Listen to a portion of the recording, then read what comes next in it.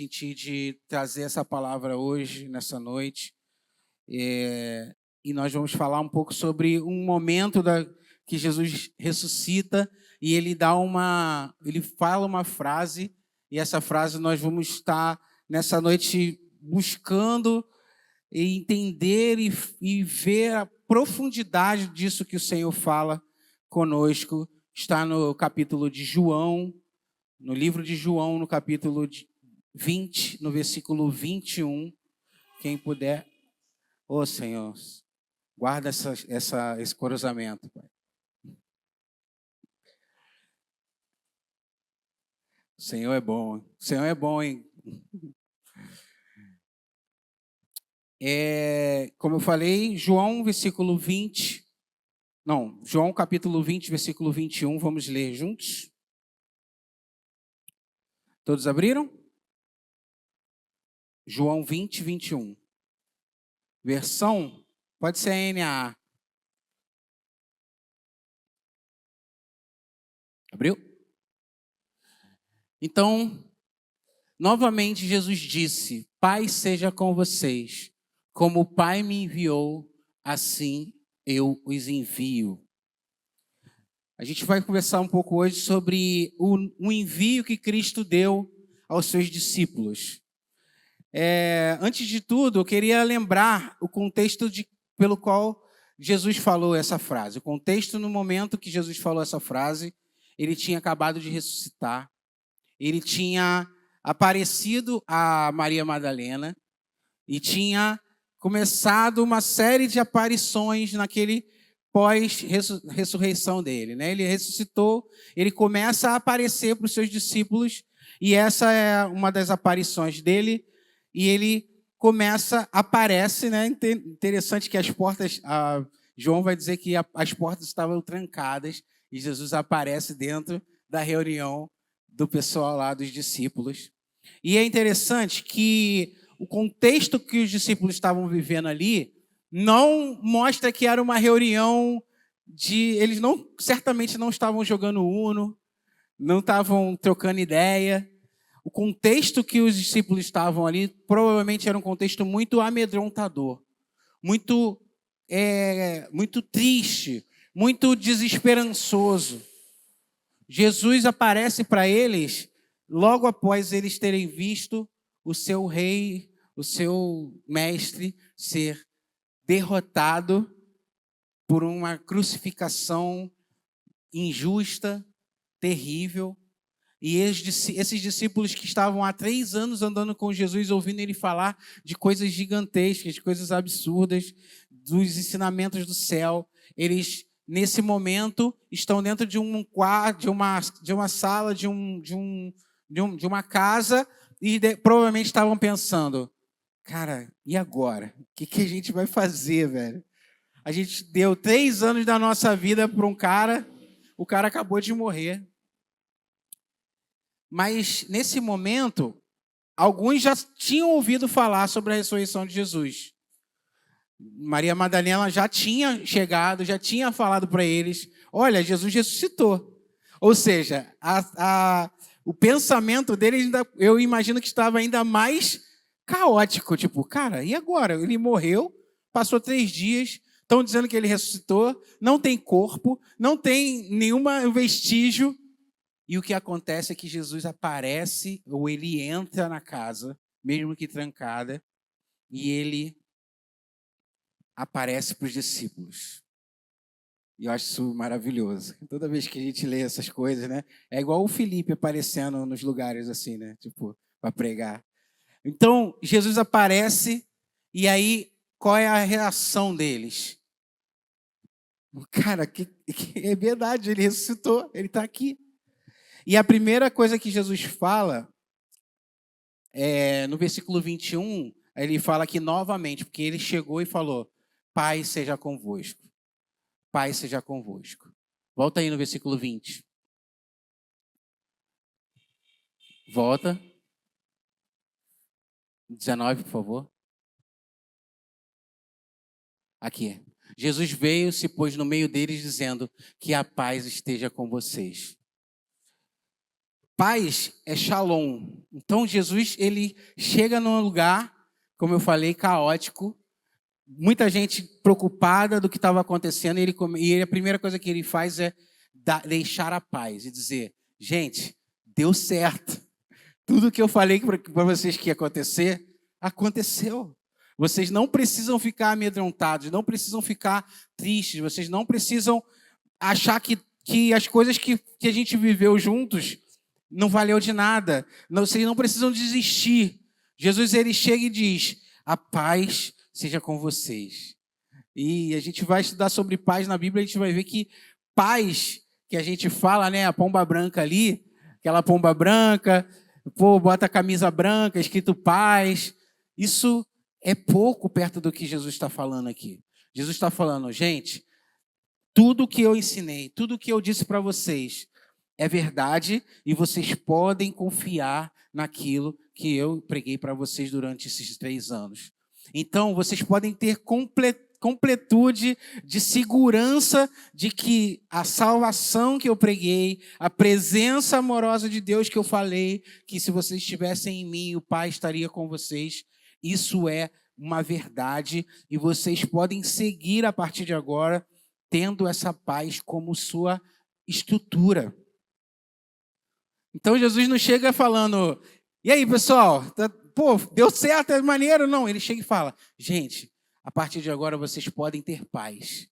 Lá fora as pessoas estão procurando os meus discípulos, mas dentro de vocês, vocês podem carregar uma paz. A paz que eu consigo dar, porque eu morri, eu ressuscitei, eu estou aqui diante de vocês.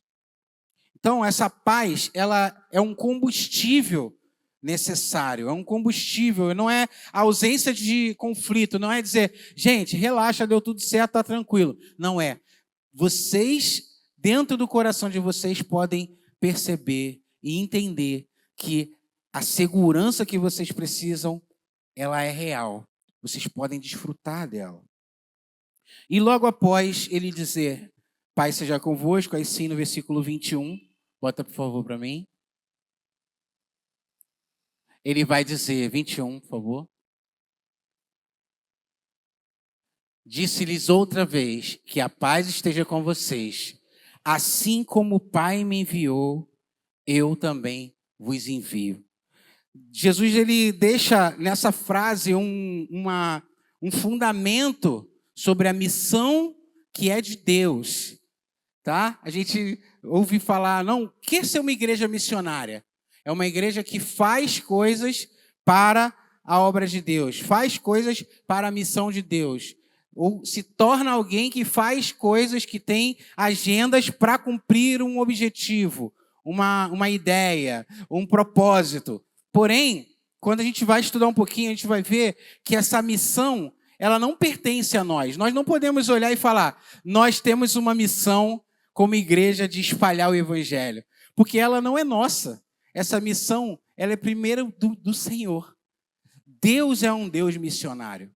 Deus é um Deus que estava completo, pleno, em sua completude na eternidade, mas em um momento, na decisão dele, ele disse: eu vou ser um Deus em missão. Eu vou ser um Deus que vou construir, eu vou criar algo, eu vou fazer algo, eu vou dar algo a seres que eu vou criar, eu vou fazer uma coisa nova, eu vou criar uma terra, vou botar gente lá dentro, eu vou criar tudo e ao mesmo tempo eu vou me relacionar com essas pessoas. Então ele sai do seu lugar de poder máximo absoluto e diz: eu quero ir, eu quero estar. Em Gênesis vai dizer que Deus se encontrava com o homem todos os dias, na viração do dia. Ou seja, ele é um Deus que vai. Deus, nosso Deus, o Deus que nós cremos, não é um Deus que está um gordinho, branquinho, barbudo, que está sentado numa nuvem, olhando tudo e dizendo: ai, que legal. Não, Deus é um Deus em missão. Deus é um Deus que está indo em direção àquilo que Ele quer ir. Então, a igreja não é ela não faz missão por si mesma. A igreja se envolve numa missão pré-existente. a missão do próprio Deus. Ela é criada e equipada pelo Espírito para participar da obra que Deus já está realizando no mundo. Nós precisamos, como igreja, entender isso, que nós nos considerarmos missionários não quer dizer que nós abraçamos uma missão e ela passa a ser nossa, não. Ela é uma missão do Senhor. Nós nos envolvemos naquilo que Ele está fazendo, nos envolvemos naquilo que Ele mesmo determinou. E se Deus é um Deus missionário por natureza, ser seu povo significa obrigatoriamente ser um povo enviado. Então, do mesmo jeito que Deus enviou o seu Filho, ou seja, Ele deu o seu Filho, o seu Filho, ao nos comprar com seu sangue, nos envia. Ok? Então nós vamos trabalhar um pouco essa noite essa relação de sermos enviados por Cristo, pelo Senhor, para fazermos como Ele fez, para nós nos tornarmos como Ele se tornou. Então nós temos um parâmetro, nós temos uma imagem a seguir. Deus, um Deus missionário, enviou o seu Filho. E da mesma forma, do mesmo jeito, esse Filho, o seu Filho, enviou a sua igreja, enviou aqueles que creem nele, enviou aqueles que são discípulos. E a gente vai ver que esse envio, ele não é uma missão apenas eclesiástica, sabe? Não é que Deus chegou e falou, agora Jesus morreu, vai nascer um negócio aí chamado cristianismo, e agora vocês têm a missão de falar desse cristianismo e de converter cristãos pelo mundo inteiro. Gente, eu tenho quase absoluta certeza que essa palavra cristianismo nem estava nos planos de Deus. Porque o que Deus quer é muito maior do que uma religião cristã. Deus, em toda a sua história, em toda a sua missão, procurava redimir a sua criação. Procurava, e hoje foi o dia desse tema, né? Foi falado nisso na EBD, você pode ver na gravação lá no nosso canal no YouTube. O Daniel falou sobre um pouco parecido com isso, de sermos uma igreja que estamos dentro de uma missão no mundo, estamos envolvidos naquilo que o Senhor falou para a gente ser, e por isso nós temos uma vida integral diante do Senhor, e toda a nossa vida faz parte dessa missão. Então, a nossa missão não é só subir aqui no altar, tocar umas músicas, cantar, falar de Jesus. Não. Nós vamos ver que essa missão, ela toma toda a nossa existência para o Senhor. Tudo que nós somos e tudo que nós temos. Então, assim como o Pai me enviou, isso revela um paradigma encarnacional, ou seja, Deus, Ele sendo Deus Todo-Poderoso, encarnou em forma de homem no seu Filho Jesus, e Ele encarnou uma realidade que transformou Ele em algo muito maior do que uma mensagem, muito maior do que uma boa nova. Jesus encarnou para ser Deus no meio de nós, ser o próprio Deus no meio de nós. Então, nós não estamos falando de carregar uma mensagem, nós estamos falando de carregar uma vida, uma essência, uma identidade. Jesus se tornou o Filho de Deus na terra e Ele carregou durante os seus 33 anos nessa terra uma identidade, não apenas uma mensagem. Ele encarnou e disse, eu e o Pai somos um. Eu e o Pai somos um. Eu faço o que o meu Pai está fazendo. Então, Ele se tornou Deus andando no nosso meio. E esse padrão, ele se aplica a nós. Porque nós, quando aceitamos a Cristo como nosso Salvador, quando Ele nos encontra, nós nos tornamos, a palavra vai dizer que nós nos tornamos uma nova criatura. Ou seja, nós deixamos de ser aquilo que nós éramos e nos tornamos algo novo. Não apenas portadores de uma mensagem, mas nos tornamos um novo ser, uma nova criatura, dotado de uma nova identidade, que vai muito além de uma religião, dotado de uma nova realidade de vida. Nós nos encarnamos, por assim dizer, em uma nova vida. Então, Jesus não veio para ser servido, veio para servir. E o envio da igreja exige um envolvimento profundo e dispendioso no mundo. Ou seja, nós não conseguimos exercer esse envio que Jesus está falando aqui, sem termos um envolvimento profundo e custoso e dispendioso, focado na cura, no ensino, na proclamação do reino, em viver como Jesus viveu, em demonstrar para o mundo quem é esse Jesus que nós dizemos que adoramos. Então, isso toma toda a nossa vida, isso toma toda a nossa existência. E essa missão de Jesus integrou perfeitamente palavras e atos. Jesus andou nessa terra sendo vida às palavras, dando vida às palavras que ele falava. Ele falava e vivia. Ele falava e vivia. E da mesma forma, a igreja deve unir a proclamação verbal do evangelho com uma presença relevante e transformadora no nosso mundo, na nossa sociedade. Nós precisamos encarnar a realidade do que falamos e viver de forma intensa, de forma relevante, para que as coisas os lugares onde nós estamos, as coisas que fazemos, sejam 100% reveladoras de quem Cristo é. Então Jesus diz assim: da mesma forma que Deus me enviou, que o Pai me enviou, eu estou enviando vocês. E eu acho interessante isso, porque nós estamos no meio de uma geração, no meio de um tempo, onde as pessoas estão buscando sentido para a sua vida. Estão buscando sentido, estão buscando porquê, para onde estamos indo, né? Uma pergunta que nos acompanha desde sempre. Qual é o nosso destino? Para que nós fomos criados para ser? Sabe, tem gente que gasta muito em terapia para descobrir isso. Tem gente que gasta muito em faculdade, em trabalhos, em coisas para descobrir qual é o motivo da minha vida. Por que eu estou aqui? E o envio de Jesus para os seus discípulos, assim como o chamado inicial, porque Jesus, quando ele encontra aqueles discípulos, ele diz: vem, que eu vou transformar vocês em uma nova coisa. Vem, você é pescador de peixes? Vem cá, eu vou te dar um sentido novo para a sua vida. Anda comigo aqui. Aí eles andam com Jesus durante 3 anos, acontece a morte de Cristo, eles imaginam: e agora? Como é que eu vou pregar? Como é que eu vou falar? Como é que eu vou ser isso que Jesus falou que eu seria?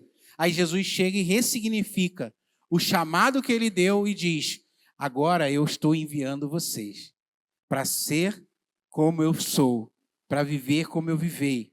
Então, o envio de Jesus aos seus discípulos, fundamentado no modelo da missão do Pai, atinge o ser humano em suas crises mais profundas. Desde o amparo emocional até as estruturas sociais complexas. Porque esse mandato não é apenas uma tarefa religiosa. Sabe, nós não estamos falando aqui sobre vamos expandir a comunidade Cristã Zelo, a gente precisa de mais membros. Não é sobre isso que nós estamos pregando. Estamos falando de uma resposta direta a diversas questões contemporâneas. Ou seja, quando a gente prega o evangelho, a gente não prega um evangelho para termos um resultado operacional no balanço final da nossa igreja. Não é sobre isso. É sobre alcançar resultados internos, interiores, profundos, no coração de quem nós estamos servindo, no coração de quem nós estamos indo. Nós estamos indo em direção a, como Jesus foi, a homens e mulheres que precisam de um destino, precisam de um caminho. E esse caminho não é dado pelo que nós pregamos aqui somente, mas é dado pelo Espírito Santo, entrando nos seus corações e dando um novo sentido para a sua vida. E isso atinge a nossa vida, nossa saúde emocional, nossas crises de esperança. Quantas vezes o Senhor nos atinge no meio de um problema emocional gravíssimo e diz: você é meu. E diz: eu tenho algo para você. Você lá está pensando: cara, minha vida toda tentei fazer isso, tentei fazer aquilo, tentei... E sabe uma coisa que eu acho engraçado? As pessoas, às vezes, que tentam atacar o evangelho com esse argumento, né? Pô, o cara matou, roubou, fez isso, fez aquilo, e agora diz que é uma nova criatura, diz que não é uma outra pessoa. Irmão, seja bem-vindo. Essa é a realidade do evangelho. O evangelho tira aquele que não é de um lugar de nada e fala: você é meu filho, você é um chamado, e ainda mais, você é um enviado para uma missão que é muito maior do que você poderia ter.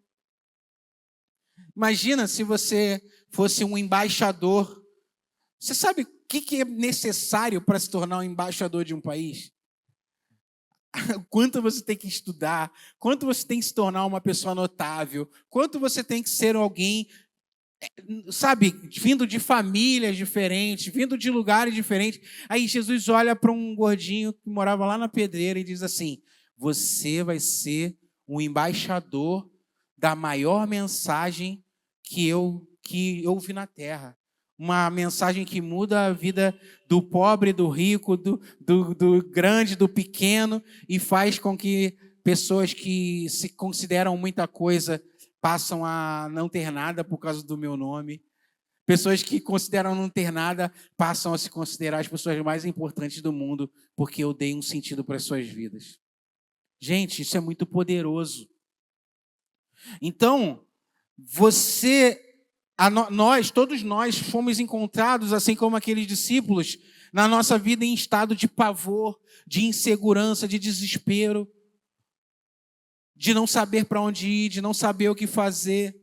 Mas Jesus chega e fala: paz seja com você. E ele diz: eu estou te dando uma paz, uma possibilidade de viver em paz.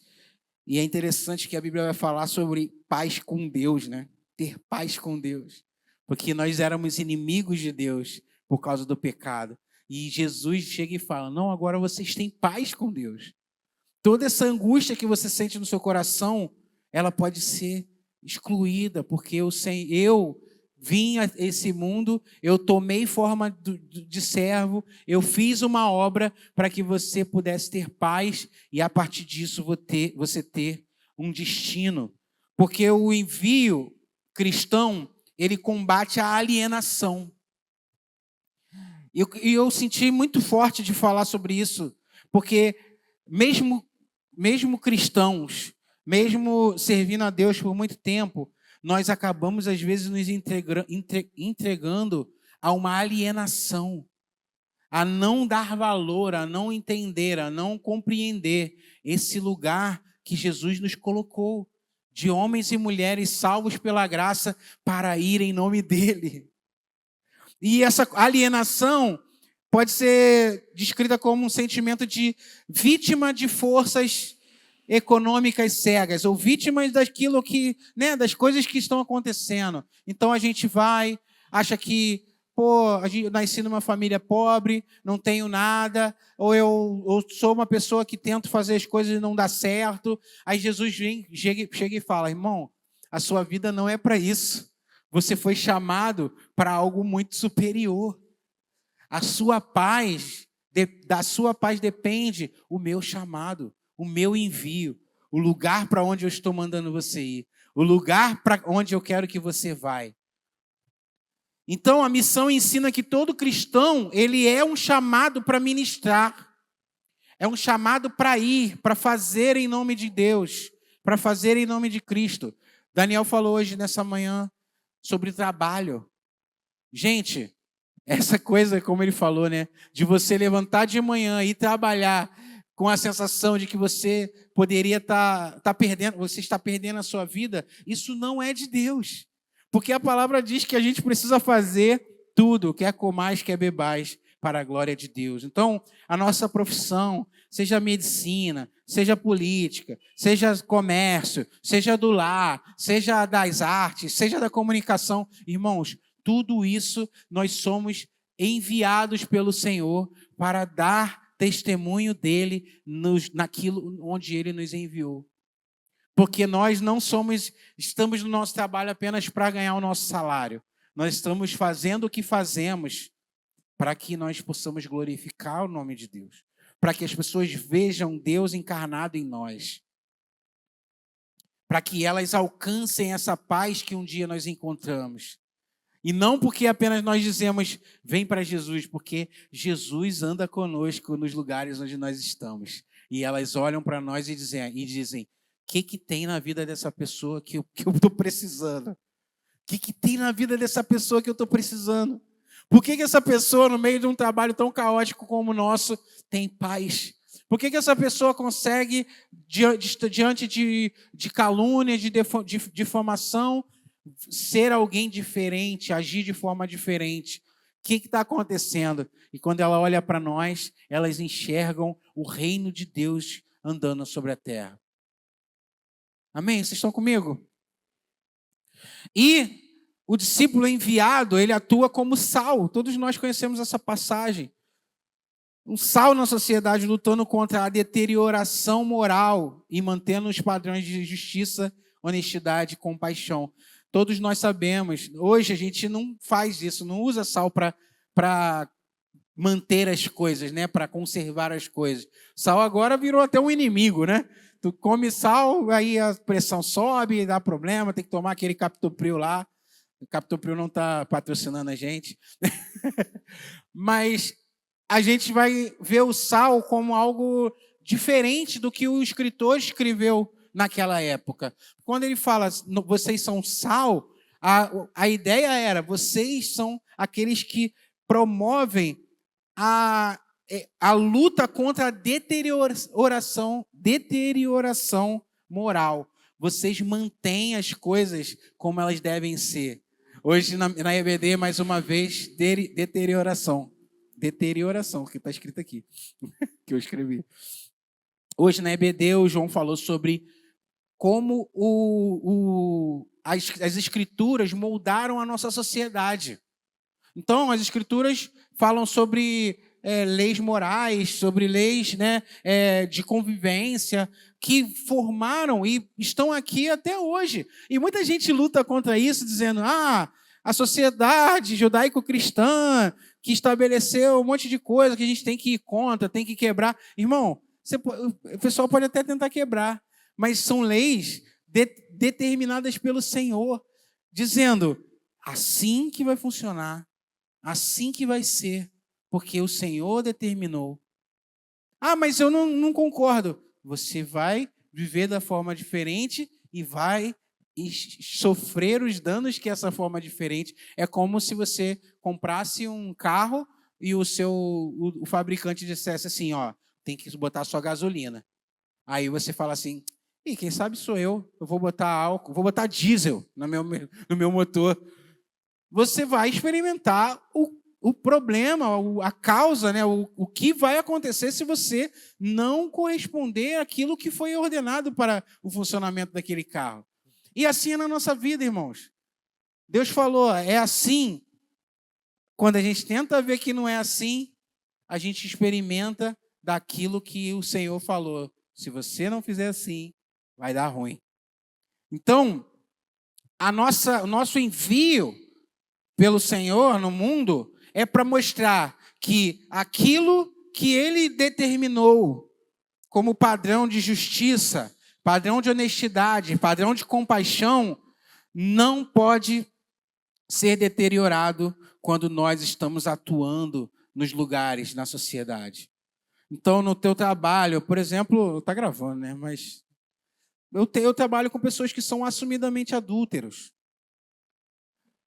E quando eles estão perto de mim, eles falam, cara, até comenta, mas fica ali, né? E, fica meio constrangido, porque sabe, cara, que eu não acho isso legal. Eu não compactuo com isso. E diversas outras ações que a gente vive na nossa vida. Nós somos emissários enviados pelo Senhor para as pessoas olharem para a gente e falarem, o jeito que eu estou vivendo não está certo. Essa forma que eu levo a vida não está certo. Joey, mas então vai dar tudo certo na minha vida, eu vou ser Não é sobre isso que nós estamos falando. nós estamos falando sobre coisas muito mais profundas. A gente não está falando sobre ser rico, ter casa, ter carro. A gente está falando sobre carregar dentro de si o reino de Deus, que nos levam a padrões morais, justiça, honestidade, compaixão, que são muito além do que a sociedade hoje nos exige e espera de nós. Da mesma forma, a igreja é vista como um agente de Deus para promover transformação social, econômica e política. Joey, a igreja tem que se envolver com política? A gente não está falando sobre política partidária, a gente está falando sobre política no sentido macro, da polis, né? A vida em sociedade. Irmão, se você, como um vizinho, não tem ações de política da boa vizinhança, você não está revelando o reino de Deus. Assim como se você está num lugar onde não existe transformação social, nós como igreja não podemos aceitar estar num lugar e não incomodar a forma social vigente. Irmão, não, como o Daniel falou, não foi você que falou. Cara, as pessoas morrem de fome. O cristão não pode aceitar isso ser uma normalidade. Sabe? Gente, as pessoas morrem de fome por questões econômicas. Não sei se vocês já viram. Tem em safras que dão errado, que tem alguma coisa que sai ali fora do padrão econômico que foi determinado, as pessoas jogam toneladas de alimento fora para não baixar o preço. Isso é anticristão, isso é antibíblico, isso é antideus. Porque na Bíblia fala, aquilo que sobrar das suas plantações, deixa porque o estrangeiro vai passar e vai ter do que se alimentar. Entendem como é uma coisa, é um confronto direto. A relação social que nós temos hoje, a igreja de Jesus não pode se contentar em pegar comida, jogar fora e achar que não tem nada a ver. Sabe? A igreja de Jesus não pode se contentar em ir num lugar onde há pobreza extrema, teu filho ter 6 Nikes, 5 camisas da Polo Ralph Lauren, um monte de coisa. Cara, vocês já viram o preço de uma camisa de criança desse tamaninho? R$300 uma camisa desse tamanho, o cara não gastou R$5 de pano para fazer aquela camisa. Mas porque tem uma marca. E aí, nós não podemos estar de boa em nossos filhos ter 10 camisas da Polo, Ralph Lauren, e o teu vizinho não ter um chinelo para colocar no dedo. Isso não pode ser normal para a gente, entendeu, gente? Como o padrão de Deus, o padrão moral de Deus, faz com que nós entendamos um motivo para viver. O motivo para a gente viver, João, o motivo para a gente viver, Everton, é ir contra a desigualdade social. Ah, Joey, tu está falando que a igreja tem que ser marxista. Não é sobre isso que eu estou falando. Porque Marx não consegue alcançar o padrão moral da Bíblia. Marx não consegue, o comunismo, o que você quiser falar aí, não consegue alcançar o padrão moral de uma estrutura social bíblica, como Atos dos Apóstolos narra. Eles não conseguem, gente. Eles vão empacar nos meios de produção lá, da mais-valia, eles não vão conseguir sair disso, porque para viver essa forma de transformação social e econômica, só pelo Espírito. Só pelo Espírito. Então, nós não conseguimos, sem o Espírito, viver essa realidade. E nós fomos enviados e convocados a lidar com a injustiça social sistemática, com o racismo, com a corrupção, defesa de minorias étnicas, religiosas. Irmãos, no nosso meio não pode haver intolerância religiosa violenta, gente. No nosso meio não pode haver nenhum tipo de intolerância que leva à violência, porque a Bíblia diz que nós não podemos matar o outro, porque ele não é igual a gente. Ah, Joey, mas na Bíblia está dizendo que o povo de Israel... Gente, isso não é o padrão bíblico, não é o padrão moral. Nesses lugares onde a Bíblia está dizendo que mataram crianças, o povo estava longe de Deus, estava contra o que Deus estava falando para eles fazerem. A Bíblia fala que em Israel, através da descendência de Abraão, serão benditas todas as famílias da terra. Então, nós somos enviados a esse mundo por Cristo para termos lutas reais e não partidárias, e não ideológicas, e não, sabe, rasas. São lutas reais que morreríamos para que a vontade de Deus se estabelecesse. Se você for ver, as lutas ideológicas, elas têm o viés invertido. Eles preferem que os outros morram para que a ideologia deles seja aplicada. Na cristã, por Cristo, nós entregamos para que o reino de Deus seja vivido. É diferente, é totalmente diferente. A missão foca na recuperação do respeito, da dignidade humana, da santidade da vida, combatendo ideologias que desvalorizam o ser humano. Está faltando só um boné da MST aqui, né? Na minha cabeça. Mas não, irmãos, eu fico profundamente tocado por esse assunto, sabe? Porque nós, às vezes, vivemos a vida como se ela estivesse passando entre os nossos dedos. Mas se nós pararmos para pensar, nós temos um motivo para morrer pela obra de Deus. Se o nosso irmão do nosso lado, seja ele do jeito que ele for, estiver sofrendo injustiça, nós deveríamos entregar a nossa vida para dar uma dignidade para essa pessoa que está do nosso lado. Por isso, a igreja que não oferta para mudar realidades sociais, ela está distante do chamado que Deus fez. Porque Deus, ele foi lá e falou, esse povo está com fome, dá alguma coisa para eles comerem. Aí o irmão fala, irmão, não tem nada não. Aí Jesus fala, vê o que tem e distribui. E os milagres iam acontecendo.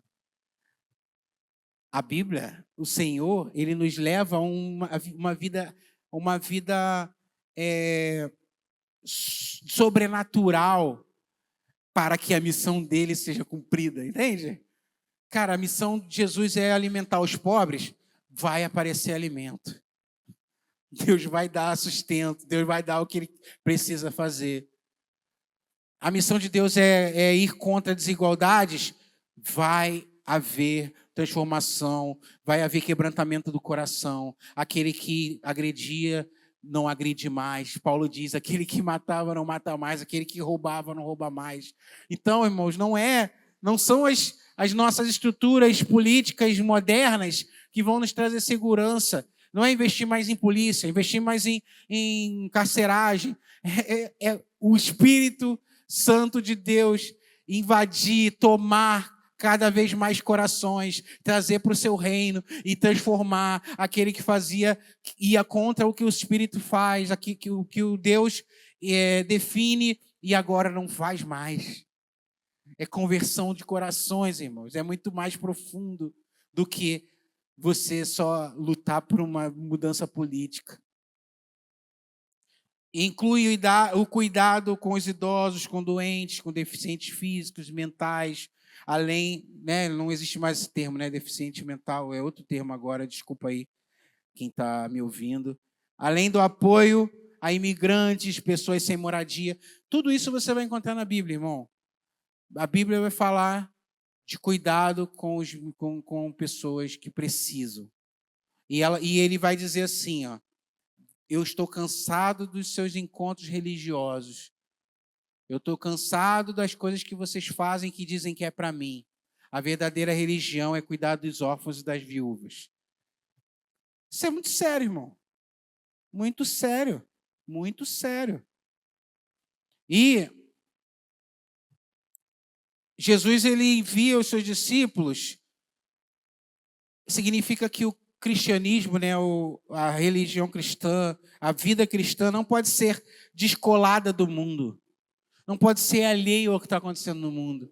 Mas ela deve permear a sociedade para oferecer redenção e serviço onde quer que haja sofrimento, injustiça ou falta de sentido. Quantos jovens, irmãos, hoje estão presos à tecnologia, a celular, E você vai conversar e vai dizer, cara, e aí? O que vai ser da sua vida? Eles não sabem o que dizer, gente. Porque não tem sentido nas suas vidas. E a igreja, Cristo, veio para isso. Cristo veio para salvar, encontrar aqueles que haviam sido perdidos.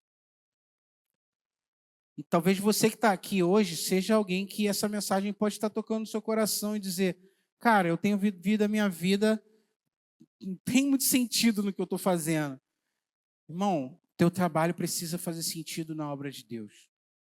Sua vida precisa fazer sentido na obra de Deus. E eu não estou falando na obra da comunidade Cristã Zelo ou de qualquer outra igreja que você frequente. O que Deus está fazendo no mundo hoje? O que eu vivo colabora ou atrapalha? Continua o que Deus está fazendo ou interrompe o que Deus está fazendo? Para a gente finalizar, eu queria ler o versículo 22.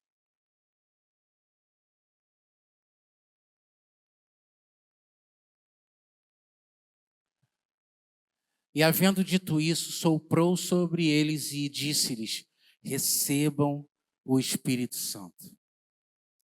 Então, Jesus é muito bom, né, gente? Porque ele chega, ele dá a paz, né? Primeira coisa, vocês estão muito atribulados, recebe essa shalomzinha aí no seu coração. Deus chega e resolve o problema mais profundo do interior do ser humano, que é ter paz. Ele chega e fala, paz seja com vocês, deu certo, tudo bem. Aí ele chega e dá um destino, ok? Chega e fala, agora vocês têm algo para viver. Vocês não vão ficar aqui dentro dessa casa choramingando porque eu morri. Primeiro que eu não morri, quer dizer, morri, mas ressuscitei. Então, acabou. Não tem essa de ficar com medo que os caras querem matar vocês, irmão.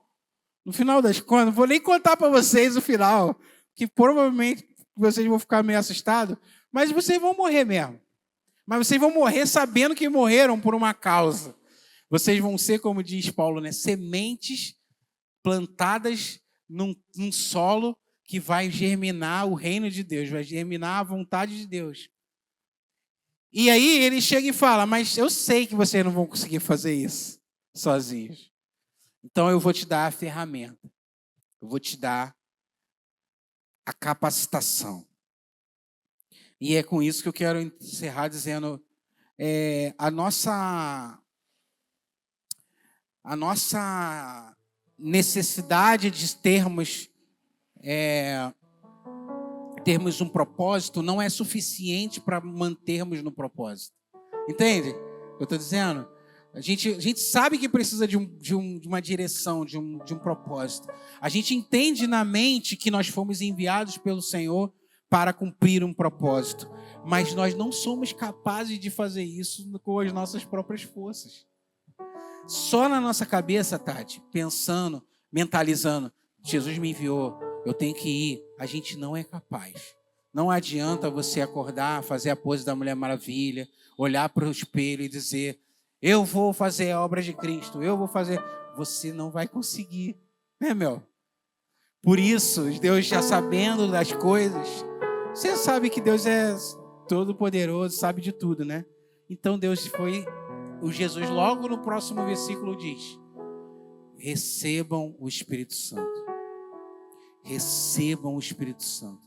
Porque é Ele que vai revitalizar, Ele que vai nos dar um coração novo, Ele que vai nos orientar pela palavra, Ele que vai nos lembrar daquilo que precisamos lembrar, Ele que vai transformar o nosso coração, Ele que vai executar a obra da santidade dentro de nós, o Espírito Santo que vai nos convencer do pecado, da justiça, do juízo. Irmãos, a obra do Espírito é coisa pra caramba. O Espírito tem trabalho com a gente, mas Ele prometeu que estaria conosco até o fim. Isso é maravilhoso, irmãos. Maravilhoso. Porque eu, por mim mesmo, não teria nem a dignidade de falar essas coisas que eu estou falando para vocês. Mas o Espírito vai nos convencendo dia após dia, vai nos levando para o lugar onde Ele quer nos levar, vai transformando nossa vida, vai nos transformando de glória em glória, de glória em glória. E Ele vai nos comunicando e Ele fala assim: eu vos lembrarei do que vocês precisam falar. Então Ele comunica a nós e nós comunicamos aos nossos irmãos. Ele diz para a gente que nós fomos perdoados, nós comunicamos o perdão. Ele diz para a gente que nós fomos alcançados por misericórdia, nós levamos misericórdia às outras pessoas. Ele diz que a graça nos alcançou, nós anunciamos essa graça. Ele diz que nós nos tornamos parecidos com Cristo e nós falamos para as pessoas que eles podem também. Essa dinâmica vai acontecendo. E sem essa dinâmica, irmãos, nós não somos ninguém. Nós poderíamos fechar essa porta e dizer: vamos cada um para nossas casas e vamos morrer da forma que der. Mas é o Espírito que faz nós continuarmos, perseverarmos, andarmos mais uma milha. Dizemos: é possível. O Senhor nos resgatou de verdade. Ele nos convence que o Senhor tem nos transformado. Ele faz com que a obra de Cristo seja visível na nossa vida. Ele nos dá o fruto do Espírito. Ele nos dá e tira de nós os frutos da carne. Nos ajuda contra essa luta contra os frutos da carne. Então, irmãos, a obra do Espírito na nossa vida, ela é tudo que nós temos. Tudo que nós temos. Tudo que nós temos. Eu queria orar por você nessa noite. Eu queria orar por nós nessa noite. Para que o Senhor reavive o Espírito dele no nosso meio. Para que a convicção da presença do Espírito nos nossos corações, no nosso interior, seja latente em nós. Sabe, isso pode acontecer, um reboliço aqui, pode Deus tocar no nosso coração, a gente sentir, mas isso não é sensorial apenas. Isso é convicção, é fé, é pela fé. É pela fé que nós podemos crer que habita o Espírito do Deus Criador dentro de nós. É pela fé. E a fé nos leva a essa realidade. E o Espírito que nós cremos que habita no nosso coração, no nosso meio, vai nos levando dia após dia a essa realidade. Por isso que o Espírito precisa estar vivo no nosso meio. Por isso que os nossos cultos têm que ser embebedados do Espírito. Por isso que a nossa vida tem que ser com o Espírito ao nosso lado todos os dias. Nós não podemos rejeitar essa realidade de que nós recebemos de aquele que nos enviou tudo o que nós precisamos para fazer a missão que ele nos enviou. Você crê nisso? Só assim nós poderemos pregar o Evangelho, sermos testemunhas. Só assim nós poderemos ir por todas as nações, falar a toda criatura. Só assim nós poderemos fazer discípulos, batizar os discípulos que Deus nos dá, ensiná-los a entender, a manter o Evangelho. Gente, a obra do Espírito na história da igreja só foi possível porque homens e mulheres creram nesse envio e falaram: eu não tenho nada mais precioso na minha vida. Eu sou doutor, eu sou especialista, eu sou qualquer coisa, é menor. Tudo é menor do que nós sermos reconhecidos como enviados do próprio Cristo para a obra dele. Tudo é menor, igreja. Tudo é menor. Se você estava com o seu coração pensando: cara, e aí, como é que vai ser a minha vida?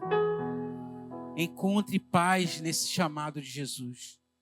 Encontre paz nesse envio de Jesus. Encontre sentido na sua vida, seja qual for a sua idade, seja qual for a sua condição financeira, seja qual for a sua situação. O Espírito está com você e o envio é para você. Ele orou por nós lá em João 17, disse: Senhor, assim como você me enviou, eu os envio. Que eles sejam como eu e você somos um.